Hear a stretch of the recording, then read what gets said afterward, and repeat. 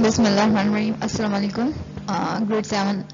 In this your online science class, I'm going to start your unit number 6.4, in which you are going to learn about the melting, freezing, and sublimation processes. Okay.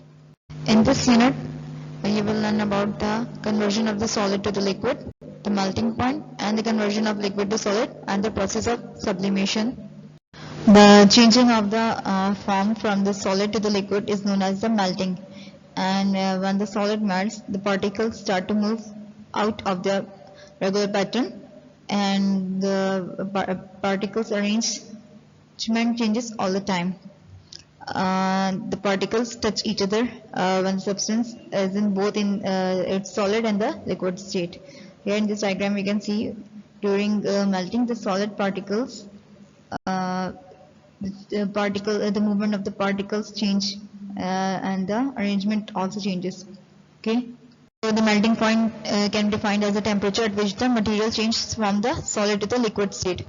The example of the melting process is the melting of the iron at a very high temperature. In this picture you can see the process of the melting. Now using melting point, different substances melt at different temperatures. It means that substances have different temperatures for the melting. The scientists use the melting point to help identify the substances, and the melting point also describes the purity of the substance.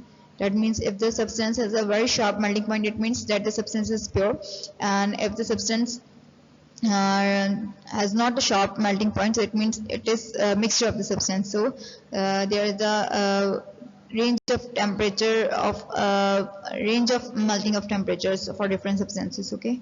Now the conversion of liquid to the solid and the change of state form from the liquid to the solid is known as the freezing, and freezing is the opposite of the melting. When the liquid freezes, the particles stop moving around from place to place, and they arrange themselves in a regular pattern, and they vibrate on the spot.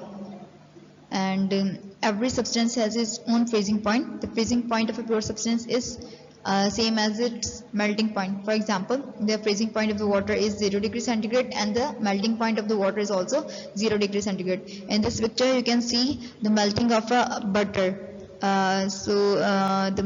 It's melt over a range of temperature, and they do not have a sharp melting point because these are the mixtures. Butter is a mixture of fats and oils, that's why. So the freezing point of a substance can be defined as the temperature at which a liquid becomes a solid. The example of the freezing point is when the water converts into the ice at the freezing point. The temperature is 0 degrees centigrade, which is minus 32 degrees Fahrenheit. Okay. Now the process of the sublimation. Most solids melt to form the liquids on heating, but some solids do not change into the liquid form, and it directly changes into the gaseous form. This process is known as the sublimation. And the solid sublimes when it changes directly into the gas without entering into the phase of the liquid. It's known as the sublime. Okay. In this picture you can see that when on heating solid gray iodine, it turns into the purple gas without entering into a phase of the liquid. Okay. It's a process of sublimation. Now come to the exercises at the end of your chapter on the page number 81. In the first question, you have just write down the name of the process when the substance in the solid state turns into the liquid. And in the second question, you have to write down the movement and the arrangement of the particles change when the substance freezes.